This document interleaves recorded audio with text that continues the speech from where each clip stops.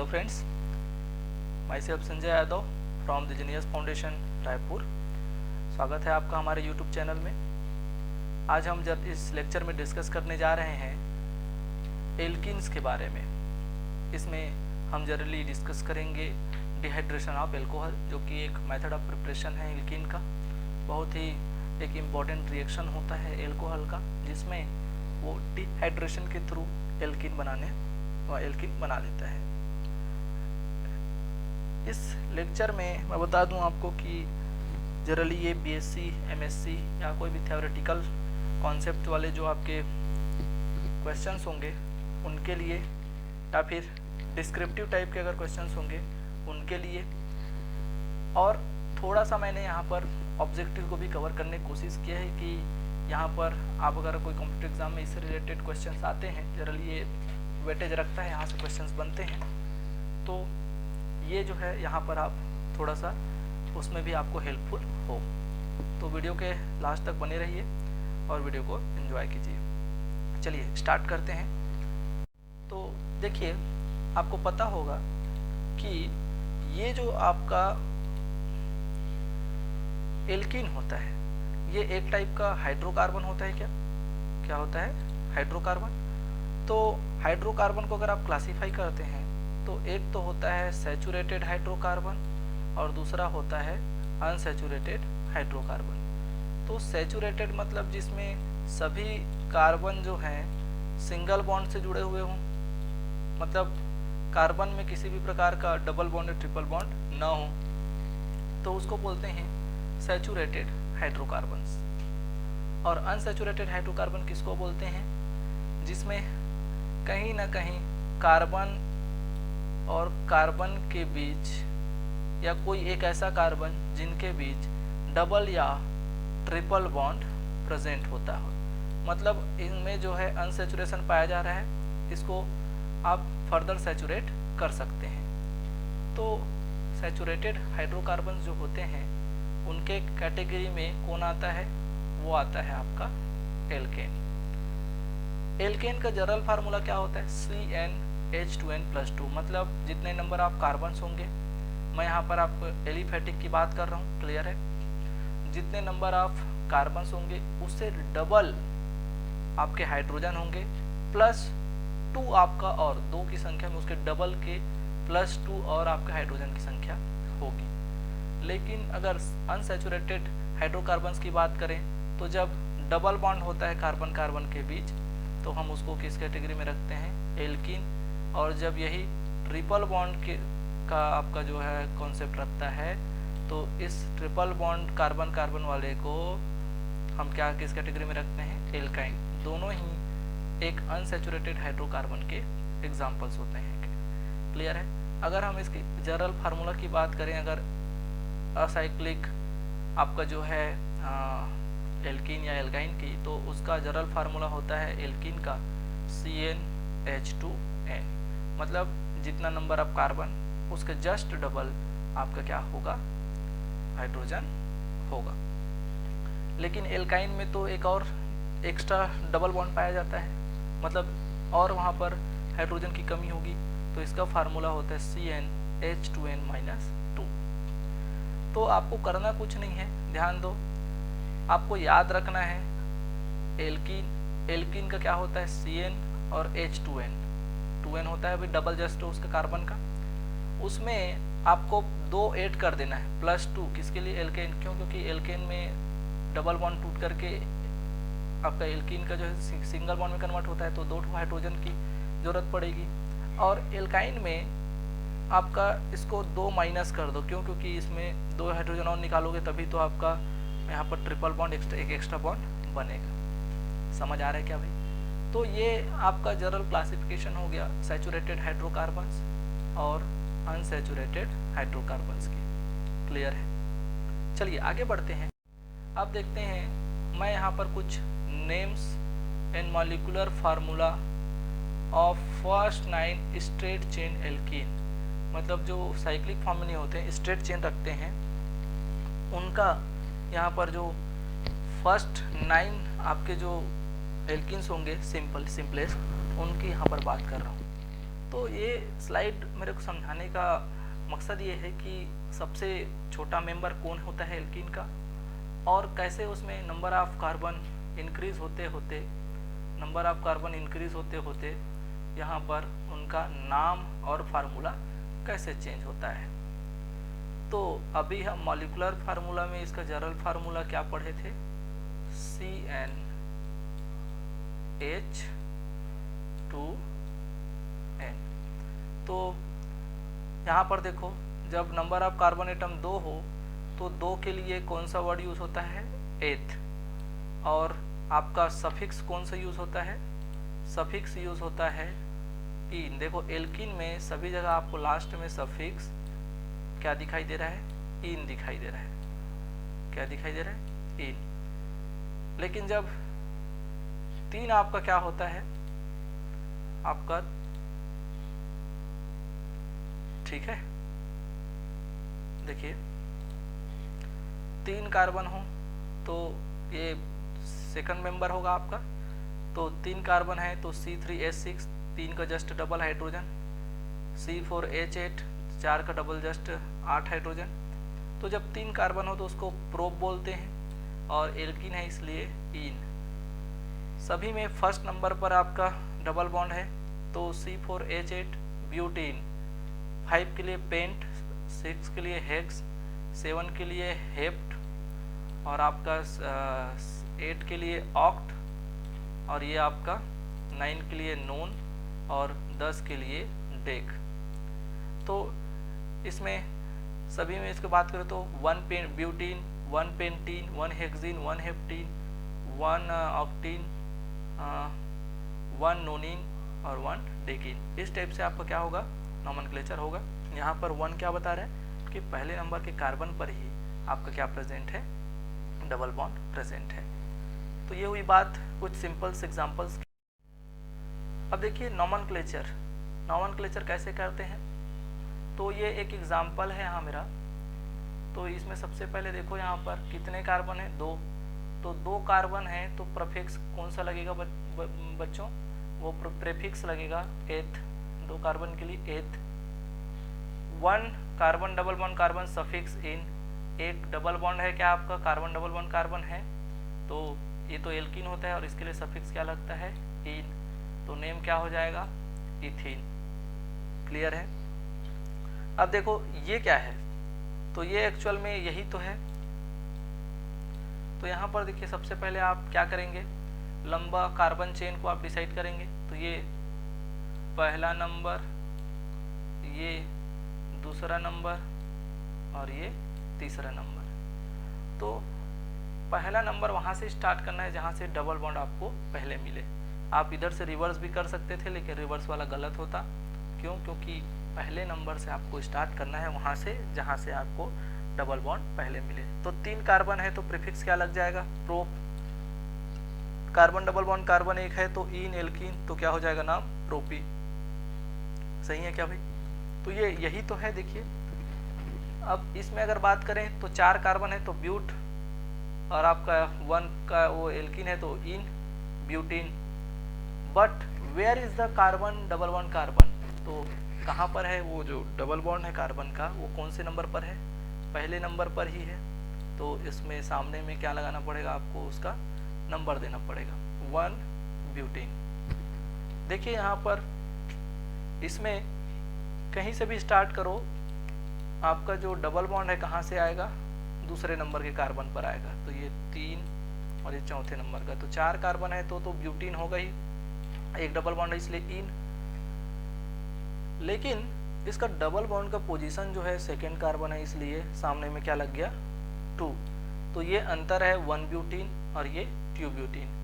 चूंकि ये देखो यहाँ पर ये ट्रांस पोजीशन में है, तो इसको आप क्या लिख सकते हैं, और ट्रांस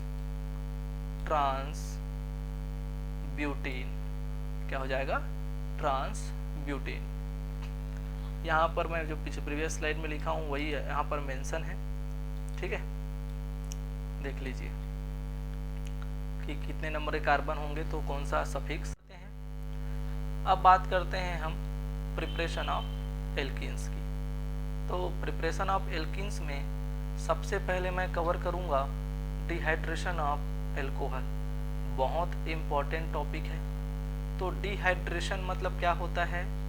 तो डिहाइड्रेशन मतलब होता है, नाम में ही है हाइड्रेशन और सामने क्या लगा है? डी। तो H2O का तो क्या है भाई? ये है H2O का बाहर निकलना, कमी होना। H2O जब बाहर निकलता है तो आप क्या बोलते हैं?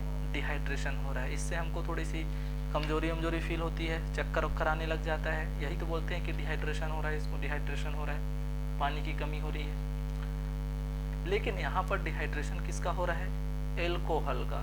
और एल्कोहल का जब डिहाइड्रेशन होता है तो क्या बनता है? एल्कीन बनता है। ये क्या है आपका? ये है एल्कीन। क्या है? ये है आपका एल्कीन। समझ आया भाई? तो देखिए यहाँ पर ये एल्कोहल है क्या? ये आपका एल्कोहल है। और एल्कोहल से को अगर रिएक्ट कराते हैं कंसंट्रेटेड H2SO4 के साथ तो क्या बनता है? तो एल्कीन बनता है और बाहर क्या निकलता है? वाटर। इसलिए इसको क्या बोलते हैं? डिहाइड्रेशन। एल्कोहल के डिहाइड्रेशन से क्या बनता है? एल्कीन। अब हमको इसको अच्छे से समझना है, ठीक है? अब ध्यान दीजिए, की बात करूं तो ध्यान देना, यहाँ पर काफ़ी लंबा मैकेनिज्म होता है अगर देखें तो। बाकी अगर आप समझते हैं तो ये काफ़ी आसान है। चलिए मैं आपको इसको एक्सप्लेन करने की कोशिश करता हूँ। देखिए यहाँ पर एल्कोहल है तो OH ग्रुप रहेगा क्या? और OH ग्रुप के पास लोन पेयर होता है क्या? और लोन पेयर है तो ये H2SO4 के साथ रिएक्शन करता है। तो H2SO4 तो एसिड है और एसिड है तो इसका काम क्या है? H+ देना। और OH माइनस का लोन पेयर है, एल्कोहल है, तो उस लोन पेयर के थ्रू ये किसकी तरह बिहेव कर सकता है यार?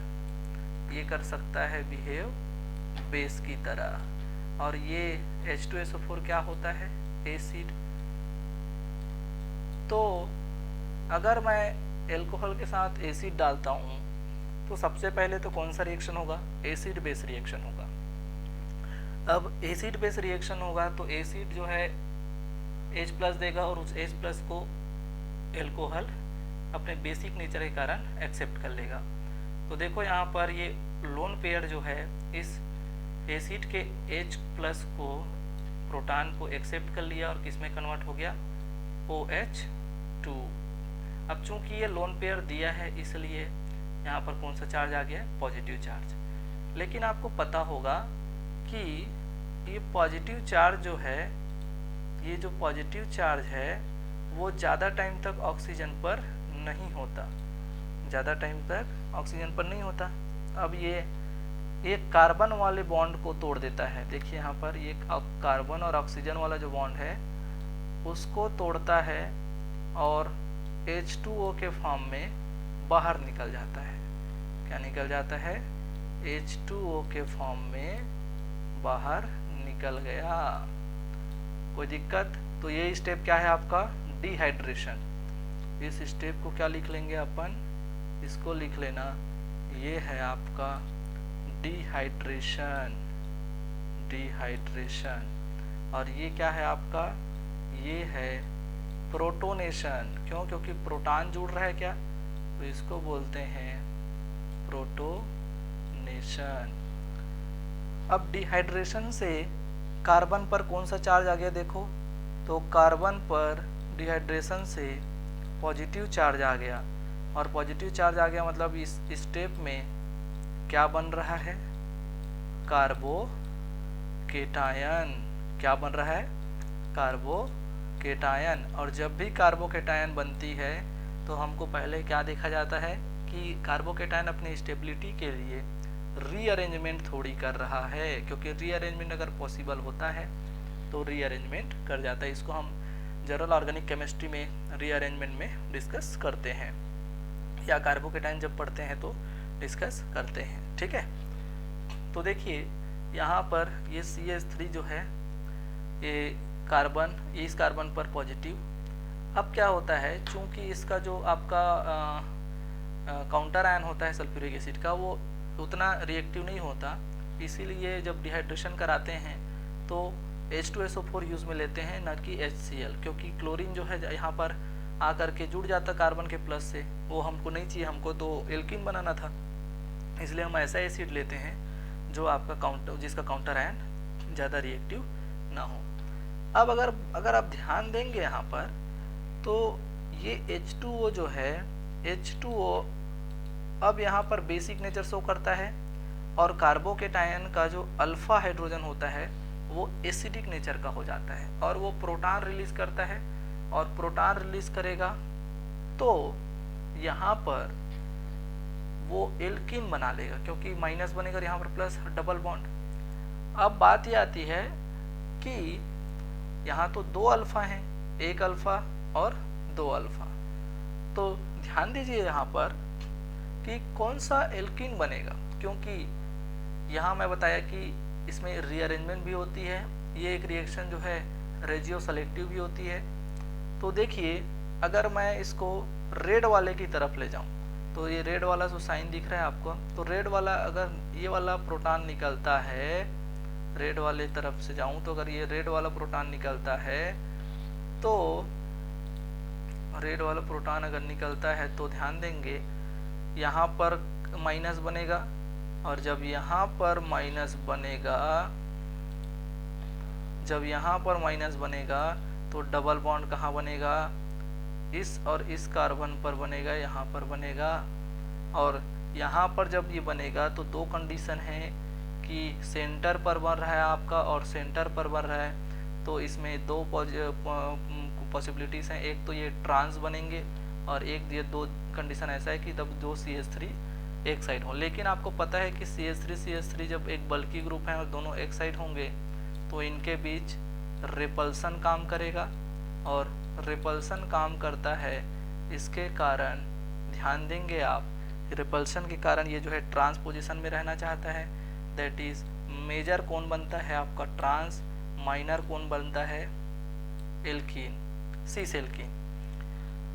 तो ये बात हुई जब ये वाला हाइड्रोजन निकलता, लेकिन अगर ये वाला निकलता, अगर ये आपका यहाँ पर जो ब्लू कलर का आपका मेंशन है, अगर वो ब्लू कलर का प्रोटॉन निकलता तो आपका टर्मिनल एल्कीन बनता। क्या देखो यहाँ पर टर्मिनल एल्कीन, टर्मिनल एल्कीन मतलब पहले नंबर के कार्बन पर एल्कीन आ गया, यहाँ पर दूसरा, तो ये जो है लेस सब्सटीट्यूटेड एल्कीन बनाता। अल्फा हाइड्रोजन अगर मैं कैलकुलेट करूँगा, अल्फा हाइड्रोजन की संख्या कितनी है इसमें, तो इसमें है इसमें है दो, ओनली दो अल्फा हाइड्रोजन है।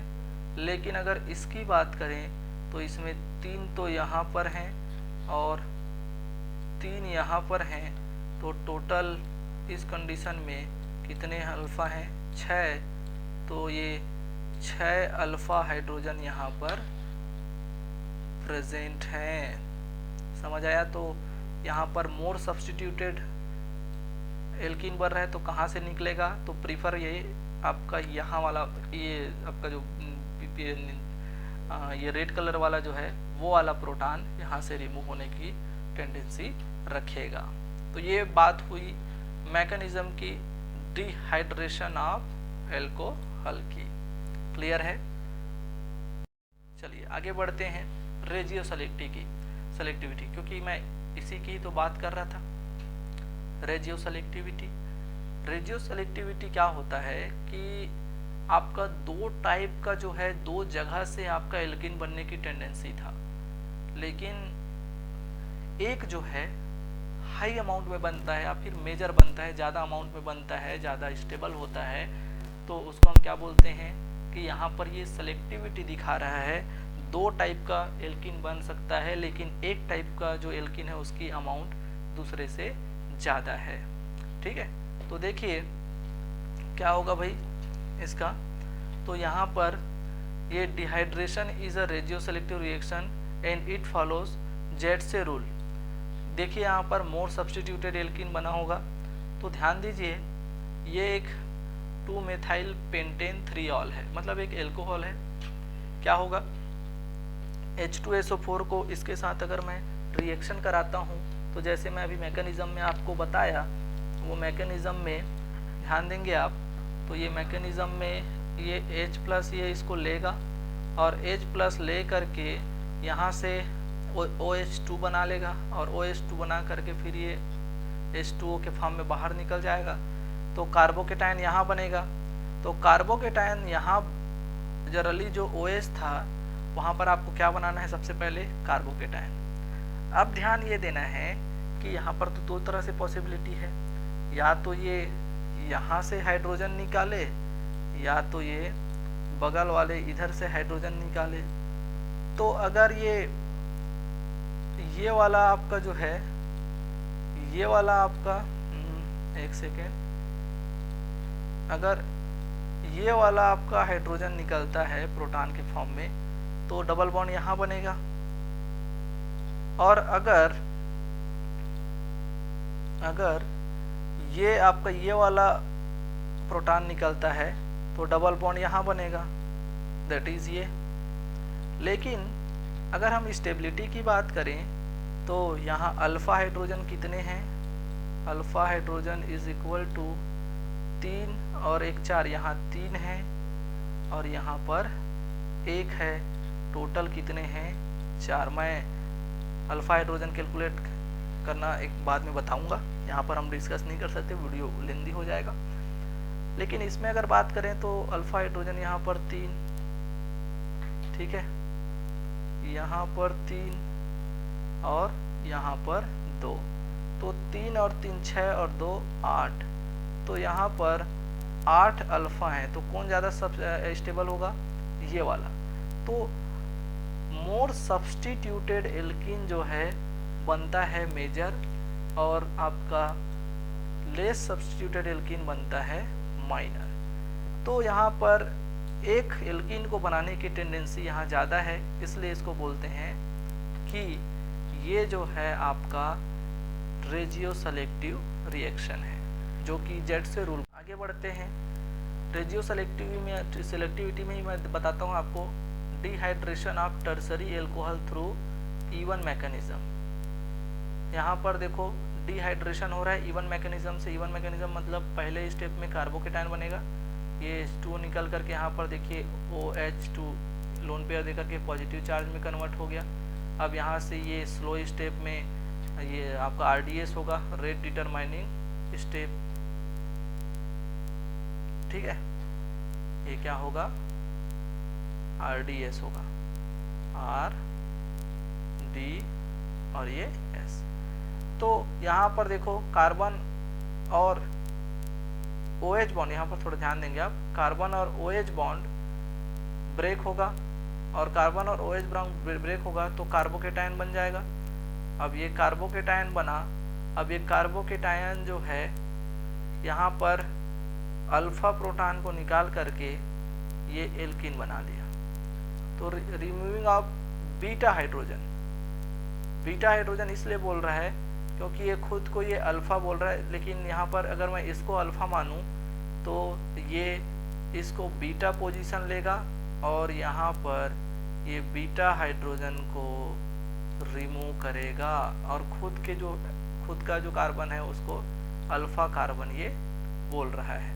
लेकिन अगर मैं बात करूं कि कार्बोकेटायन के रेस्पेक्ट में, तो कार्बोकेटायन के रेस्पेक्ट में अगर इस कार्बन को मैं इंक्लूड कर लूं तो उसके लिए ये अल्फा होगा और नेक्स्ट वाला बीटा होगा। तो थोड़ा सा यहाँ पर आपको समझना है कि आप किस टर्म में बात कर रहे हैं, ठीक है भाई। तो ये इवन मैकेनिज्म कहलाता है क्योंकि रेट डिटरमाइनिंग स्टेप में एक ही आपका जो है सबस्टेट का अमाउंट या उसका जो कंसंट्रेशन है रेट को इफेक्ट करता है, ठीक है। चलिए, rearrangement of dehydration of primary alcohol. अभी मैं जो बता रहा था कि इसमें रीअरेंजमेंट पाया जाता है कार्बोकेटायन में, तो उसी कार्बोकेटायन के रीअरेंजमेंट के कारण डिहाइड्रेशन में भी रीअरेंजमेंट हो जाता है। तो देखिए यहाँ पर सबसे पहला स्टेप क्या होता है, प्रोटोनेशन। ये H+ यहाँ जाएगा और जुड़ करके यहाँ H2O प्लस बना लेगा, और H2O प्लस बनाते ही सेकेंड स्टेप में क्या होता है, 1,2 shift of beta hydrogen forming alpha carbocation. यहाँ से ये वाला जो आपका सबसे पहले अगर ये रिमूव हो जाता है, तो जैसे कि ये रिमूव हो जाएगा तो कार्बोकेटायन कहाँ बनेगा, तो कार्बोकेटायन बनेगा यहाँ पर, कार्बोकेटायन यहाँ बना, लेकिन यहाँ पर 1,2 शिफ्ट ऑफ बीटा हाइड्रोजन, देखिए अब यहाँ पर ये OH2 ये है तो इसको अल्फा ले लिया और बगल वाले को बीटा, तो ये बीटा हाइड्रोजन जो है अपना पोजीशन छोड़ करके कहाँ आ रहा है, देखो ये जस्ट अपने दूसरे वाले बगल वाले पोजीशन में आ रहा है, ठीक है।